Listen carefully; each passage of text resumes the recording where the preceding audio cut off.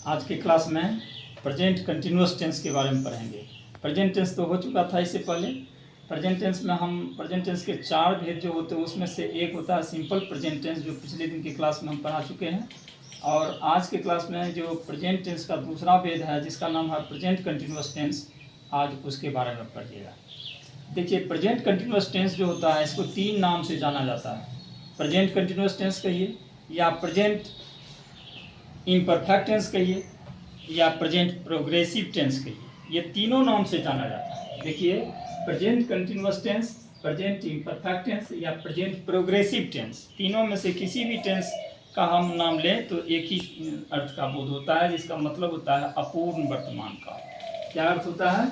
अपूर्ण वर्तमान काल। तो आज हम ये तीनों चीज़ एक ही नाम से समझ गए। एक ही चीज़ का तीनों नाम है, present continuous tense, present imperfect tense और प्रेजेंट प्रोग्रेसिव टेंस। अब इसका एक सामान्य रूप से एक डिफिनेशन दे देते हैं ताकि समझने में आसान होता है। तो इसको देखिए क्या लिखा हुआ, the form of a verb which denotes that an action is going on but has not completed yet now is called present continuous tense। क्या मतलब होता है? प्रेजेंट कंटिन्यूअस टेंस का क्या मतलब होता है?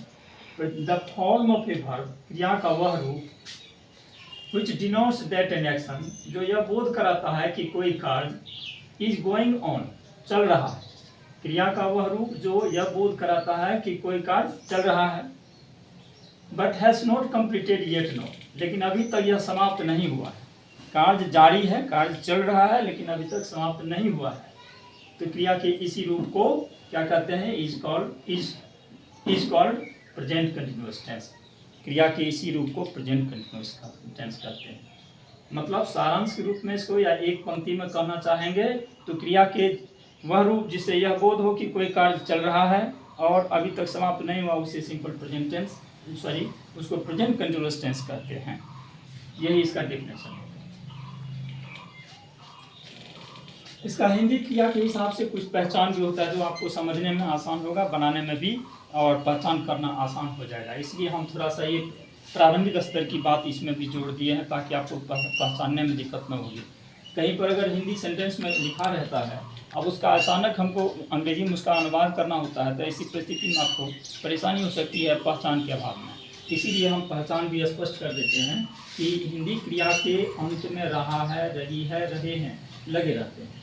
जैसे राम विद्यालय जा रहा है, इसमें देखिए रहा है लगा हुआ। बच्चे खेल रहे हैं, इसमें रहे हैं लगा है। किसी जगह रहा है, किसी जगह रही है ऐसा भी लगा रह सकता है। तो इस तरह से इसका पहचान है। एक सेंटेंस के द्वारा आप देखिए, राम विद्यालय जा रहा है, यहाँ रहा है लगा हुआ वर्ड है। बच्चे खेल रहे हैं, यहाँ रहे हैं शब्द लगे हुए हैं। तो ये सभी पहचान है प्रेजेंट कंटिन्यूअस टेंस का। अब इसको बनाने के कुछ नियम अभी हम जो पढ़ा रहे हैं, ये ग्रामर के साथ साथ आपका ट्रांसलेशन साइड भी मजबूत होते जा रहा है। हम उसका भी दृष्टिकोण रख के हम पढ़ा रहे हैं ताकि आपका एक साल ग्रामर भी और साथ साथ ट्रांसलेशन भी कंप्लीट हो जाए, बन जाए। तो अगर आप इसको पढ़ लेते हैं, समझ लेते हैं, तो आपको ग्रामर के साथ साथ ट्रांसलेशन भी एक साथ तैयार हो जाएगा। तो यहाँ रूल क्या कहता है?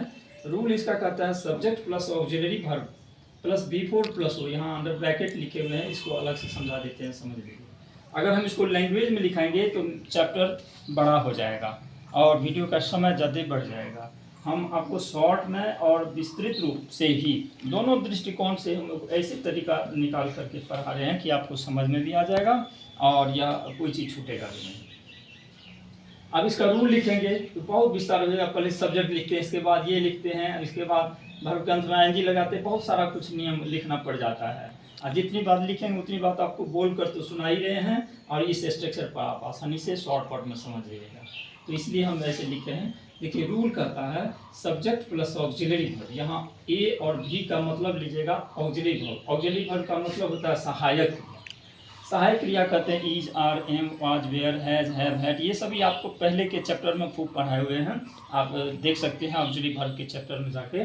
तो अभी हम इसको संक्षिप्त में लेते हैं कि सब्जेक्ट प्लस ऑक्सिलरी वर्ब और उसके बाद वर्ब का चौथा रूप बिफोर प्लस ऑब्जेक्ट होता है।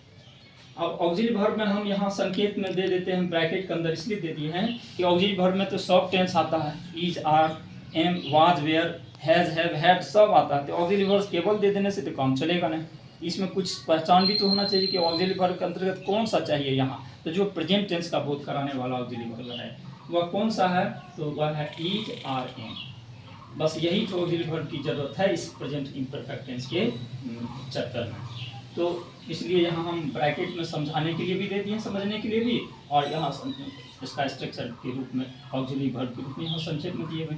तो subject plus auxiliary verb plus V four plus O, यही इसका स्ट्रक्चर हुआ। अब इसको यहाँ इसकी व्याख्या कर दिए हैं, अर्थात वर्ब के अंत में एनजी लगता है, यानी कि इतना करने के बाद नया कौन काम होता है, वर्ब के अंत में चौथा रूप लिख देते हैं। क्योंकि टेंस के चैप्टर में आप पढ़ाए हैं हम कि B1, B2, B3, B4, B5 verb के 5 रूप होते हैं, उसमें से एक का नाम होता है बिफोर।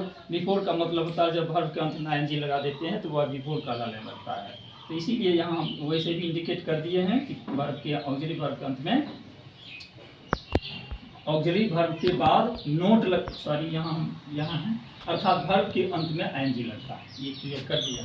अब इसका एग्जाम्पल इसी स्ट्रक्चर से आप बना सकते हैं ट्रांसलेशन। अगर यहाँ देखिए राम विद्यालय जा रहा है, इसी का हम ट्रांसलेशन यहाँ करके दिखाया है। तो राम विद्यालय जा रहा है, तो यहाँ स्ट्रक्चर में दिया हुआ सब्जेक्ट, यहाँ एस का मतलब होता है सब्जेक्ट। तो राम ले लीजिए, तो इस स्ट्रक्चर को पढ़िए और जैसे जैसे कह रहा है वैसे बनाइएगा इस हिंदी को पढ़ के, तो आपका ट्रांसलेशन तैयार हो जाएगा। तो यहाँ देखिए सब्जेक्ट है, यहाँ सब्जेक्ट है, तो सब्जेक्ट में राम उठा कर यहाँ रखिए। उसके बाद ऑक्सिलरी वर्ब है, तो राम के साथ आर तो होगा नहीं, एम होगा नहीं, इज होगा, इसलिए यहाँ पर इज लगा देते हैं। उसके बाद प्लस के बाद कहता है बिफोर, यानी वर्ब का चौथा रूप लगाने। अब चौथा रूप में कहता है किसको कहते हैं, तब वर्ब के अंत में एनजी लगाना, अर्थात यहाँ जो जाना का अंग्रेजी गो होता है उसके अंत में एनजी लगा दिए तो हो जाएगा राम इज गोइंग, और लास्ट में जो समय सूचक स्थान सूचक शब्द है स्कूल, उसमें टू लगा करके बना लेंगे, तो यहाँ ऑब्जेक्ट के स्थान पर आ गया, तो Ram is going to school हो गया। यहाँ देखिए दूसरा है चिल्ड्रेन आर प्लेइंग, यहाँ इसका हिंदी है बच्चे खेल रहे हैं। चिल्ड्रेन आर प्लेइंग, तो सब्जेक्ट हो गया, ये ऑक्सिलरी वर्ब हो गया, ये बिफोर हो गया। यहाँ ऑब्जेक्ट नहीं है तो नहीं दिया जाएगा। तो इस तरह से आपका ये जो सेंटेंस बना प्रेजेंट कंटिन्यूअस टेंस का, ये एफर्मेटिव सेंटेंस का स्ट्रक्चर तैयार हुआ। आप ऐसे बना करके एफर्मेटिव सेंटेंस तैयार कर सकते हैं। अब इसका निगेटिव सेंटेंस भी होता है, जब इसमें नोट लगा कर या नहीं लगा करके बनाना होता है तो इससे निगेटिव सेंटेंस का भी बोध होता है। तो जैसे इसका स्ट्रक्चर क्या होता है, सब कुछ तो वही रहेगा, केवल सब्जेक्ट देख लीजिए, यहाँ भी है subject plus auxiliary verb plus V four plus O, वही बात यहाँ भी है subject plus auxiliary verb plus V four plus O. यहाँ नया में कौन चीज़ आ गया, केवल हमको निगेटिव सेंटेंस होने के कारण से यहाँ नोट लगा देना। तो क्या करना है, subject plus auxiliary verb plus note, और उसके बाद लिखेंगे बिफोर प्लस ओ ऑब्जेक्ट। बस यही स्ट्रक्चर निगेटिव सेंटेंस का है। अब हम इसी का उल्टा कर लेते हैं, जैसे राम विद्यालय जा रहा है, तो यहाँ समझेंगे कि राम विद्यालय नहीं जा रहा है, उसका ट्रांसलेशन आप यहाँ बना लीजिए। राम इज, तो सब्जेक्ट लिख लीजिए, इसके अनुसार फिर ऑक्सिलरी वर्ब लिखिए, तब नोट लगाइए, वर्ब के अंत में एनजी लगाइए, फिर टू स्कूल लिखिए, Ram is not going to school. इस तरह आपका negative sentence present continuous tense में कैसे बनता है आप देख रहे हैं, देख लिए। उसके बाद देखिए चिल्ड्रेन आर नॉट प्लेइंग, बच्चे नहीं खेल रहे हैं, तो इसके अनुसार आप बना सकते हैं स्ट्रक्चर को देख करके, और एक बार दो बार अगर ऐसे देख करके बना लेते हैं तो आपको स्वतः समझ में आ जाएगा कि क्या होता है, सब्जेक्ट के बाद ऑक्सिलरी वर्ब होता है और उसके बाद नोट लगा करके वर्ब के अंत में आईएनजी लगा देते हैं। देखिए इंट्रोगेटिव सेंटेंस में दो फॉर्म होते हैं, दो रूप होते हैं बनाने के लिए। एक होता है जो वाक्य के शुरू में क्या से सेंटेंस शुरू होता है। अब ये नेगेटिव सेंटेंस तो हो गया, नेगेटिव सेंटेंस में अब कोई प्रॉब्लम नहीं होनी चाहिए, इसमें बस साधारण सी बात है सब्जेक्ट के बाद नोट लगाना था। अब हम चले आते हैं नेगेटिव सेंटेंस में, इंट्रोगेटिव सेंटेंस में। अब इंट्रोगेटिव सेंटेंस कैसे बनाएगा, जैसे कहेंगे राम पढ़ रहा है, क्या राम पढ़ रहा है, राम कैसे पढ़ रहा है, राम कहाँ पढ़ रहा है, इसमें कई प्रकार के प्रश्न जोड़ करके हम सेंटेंस बना सकते हैं। तो इसको कैसे बनाया जाए, तो इंट्रोगेटिव सेंटेंस के दो फॉर्म होते हैं, एक होता है येस नो क्वेश्चन, दूसरा होता है WH क्वेश्चन। पिछले दिन के क्लास में भी हम जो सिंपल प्रेजेंट टेंस पढ़ा रहे थे उसमें भी खूब जिक्र किए हुए हैं, तो आज भी एक बार शॉर्ट में चर्चा समझते जाइए।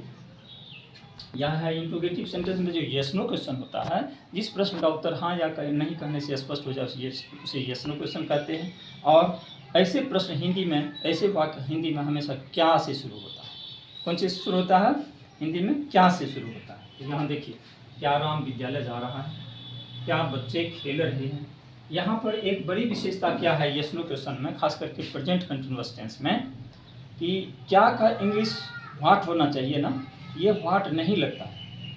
क्या राम घर जा रहा है, क्या राम विद्यालय जा रहा है, तो इसमें क्या का इंग्लिश आप जो कभी कभी के लड़का क्या करता है कि क्या का वर्ड अलग से खोजना शुरू कर देता है। ऐसा नहीं करना है। जब कोई भी सेंटेंस हिंदी में क्या से शुरू होता है तो उसके लिए जो अलग से वर्ड है व्हाट, जिसका मतलब क्या होता है, ये व्हाट शब्द का प्रयोग नहीं किया जाता है। यह बहुत सरल तरीका है बनाने का, जिसको आप देख सकते हैं, जिसका हम इसको यस नो क्वेश्चन कहते हैं। और इसका पहचान है कि ये क्या से शुरू होता है। जैसे क्या राम विद्यालय जा रहा है, यहाँ क्या से सेंटेंस के बाद इसका तो व्हाट होना चाहिए, लेकिन ऐसा कुछ नहीं है। देख लीजिए यहाँ पर क्या है अफर्मेटिव सेंटेंस में, Ram is going to school. यहाँ राम सब्जेक्ट है ये ना, सब्जेक्ट के बाद यहाँ पर इज लगा है। अब हम जो यहाँ यस नो क्वेश्चन में आ गए बनाने के लिए, तो इसी इज को क्या करेंगे, फर्स्ट में उठा करके यहाँ रख देंगे। इज हो गया, सब्जेक्ट के स्थान पर इज को रख देंगे,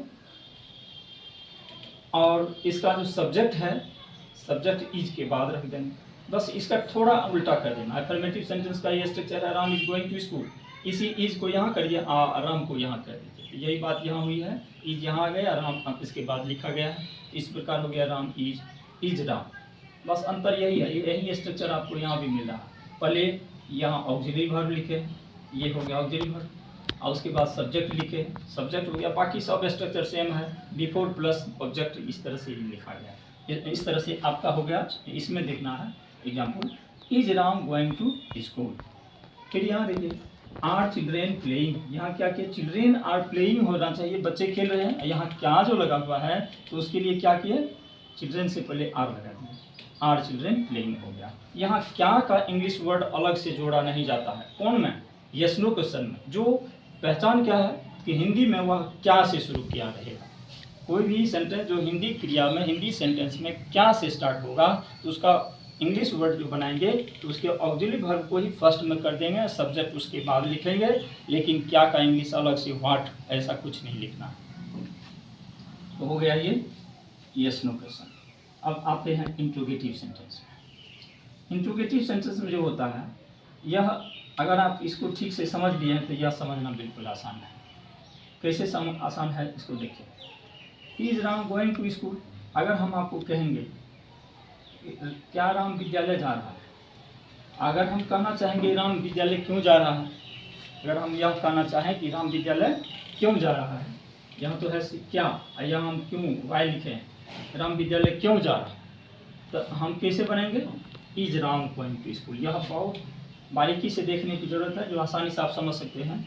क्या राम विद्यालय जा रहा है, is Ram going to school. राम विद्यालय क्यों जा रहा है, उसमें भी बनेगा is Ram going to school. बस करना क्या है, is Ram going to school, तो इसमें भी है, इसमें भी है, उसके पहले क्यों का इंग्लिश यहाँ लगा दीजिए। अगर क्या से लगा हुआ है, क्या से वाक्य शुरू हुआ है, तब तो उसको ऑक्सिलरी वर्ब शुरू में रखने से ही काम चल जाएगा। और क्या के स्थान पर अगर क्यों, कैसे, कब, कहाँ, कोई भी अगर वर्ड क्वेश्चन वर्ड लगा रहेगा हिंदी में, तो उसका क्या बनाएंगे, पुराना नियम से ही बनाएंगे उसको, is Ram going to school. केवल उसमें क्वेश्चन वर्ड को जोड़ देना है। अगर क्यों रहेगा तो क्यों का व्हाई लिखेंगे, कहाँ रहेगा तो कहाँ का वेयर लिख देंगे। बाकी स्ट्रक्चर सेम होगा जैसा यस नो क्वेश्चन में लिखा हुआ है। तो यहाँ नई कुछ भी बात नहीं है, केवल यस नो क्वेश्चन का जो सेंटेंस है सेम उसी को उतार दीजिएगा, और उसके पहले जो क्वेश्चन वर्ड है WH क्वेश्चन के रूप में जो सवाल पूछा जाता है किसी वाक्य में जो दिया रहेगा, उसका इंग्लिश वर्ड यहाँ पर रख देना है। तो हो जाएगा why is Ram going to school. यहाँ देखना है वेयर आर चिल्ड्रेन प्लेइंग, अगर रहेगा क्या बच्चे खेल रहे हैं, तब तो आप ऐसे बना लिए आर चिल्ड्रेन प्लेइंग। अब बच्चे कहाँ खेल रहे हैं उसका भी सेम तरीके से बनाइएगा, आर चिल्ड्रेन प्लेइंग सीधे उतार दीजिए, आर चिल्ड्रेन प्लेइंग, और उसके पहले, आर के पहले कहाँ का वर्ड क्या होता है इंग्लिश वर्ड, उसको लिख देना। तो हो जाएगा वेयर आर चिल्ड्रेन प्लेइंग। इस प्रकार से आपको WH क्वेश्चन भी तैयार हो गया। स्ट्रक्चर इसका यहाँ पर दे ही दिए हैं, वाई प्लस सारा चीज़, वाई के साथ जो है इसमें, और स्ट्रक्चर क्या लिखेंगे, इसलिए हम जानबूझ कर नहीं लिखे हैं क्योंकि इसी स्ट्रक्चर में वाई प्लस कर देना है या WH प्लस कर देना है। सारा कुछ इसमें जो भी स्ट्रक्चर है सेम इसी में, व्हाट, वेयर, व्हेन, वाई, जो कुछ भी वर्ड लगाने की ज़रूरत है वो उसको लगा दें। बाकी स्ट्रक्चर तो सेम रहेगा, इसलिए हम इसका अलग से कोई स्ट्रक्चर नहीं दिए, दोनों का सेम एक ही स्ट्रक्चर से काम चल जाएगा। अब एक नोट, इसको आप समझिए, ये नोट में क्या कहता है। नोट थोड़ा विशेष महत्व रखता है, इसको भी समझना जरूरी है। यहाँ देखिए नोट, यहाँ आपको डिफिनेशन जो दिए हैं ये क्या दिए, ये है the form of a verb which denotes that an action is going on.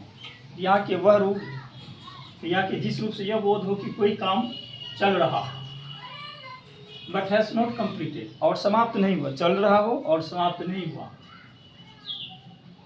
और उसे हम क्या कहते हैं, प्रेजेंट कंटिन्यूअस टेंस कहते हैं।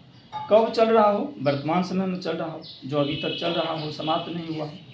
यहाँ तो केवल और केवल वर्तमान समय यानी प्रेजेंट टेंस का बोध कराता है, प्रेजेंट कंटिन्यूअस टेंस में इसका प्रयोग किया जा रहा है। ऐसे सेंटेंस का जो एग्जाम्पल है, Ram is going to school, इस प्रकार के सेंटेंस से तो केवल यही बोध होता है कि वर्तमान समय में कोई काम जो चल रहा है उसके बारे में कहा जा रहा है।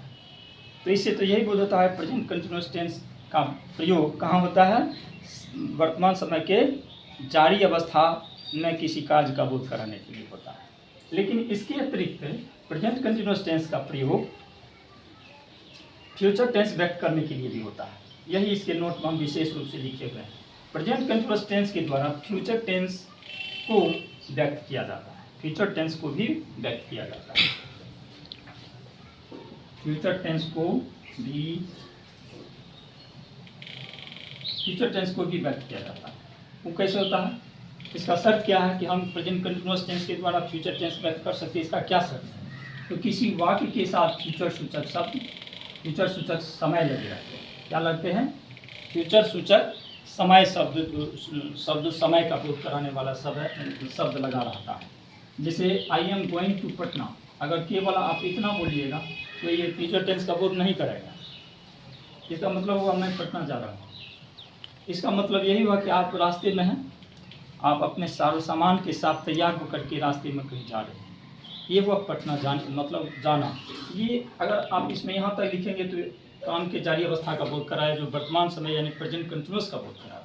लेकिन इसी में अगर आप एक ऐसा वर्ड लिख दीजिएगा नेक्स्ट वीक, जिसका मतलब होता है कि अगले सप्ताह, मतलब फ्यूचर सूचक शब्द, भविष्य काल को सूचित करने वाले अगर कोई शब्द लास्ट में समय सूचक शब्द लगा हुआ हो, तो तब उसका अर्थ और नियम बदल जाएगा।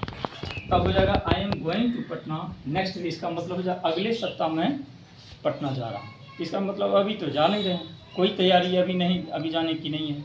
जब सप्ताह अगला आएगा तब आप जाने के बारे में सोचिएगा। लेकिन सेंटेंस ऐसा लग रहा है कि अभी तत्काल आप चल दिए, जब समय पढ़ते हैं तो पता चलता है अगला सप्ताह जब आएगा तब जाएगा।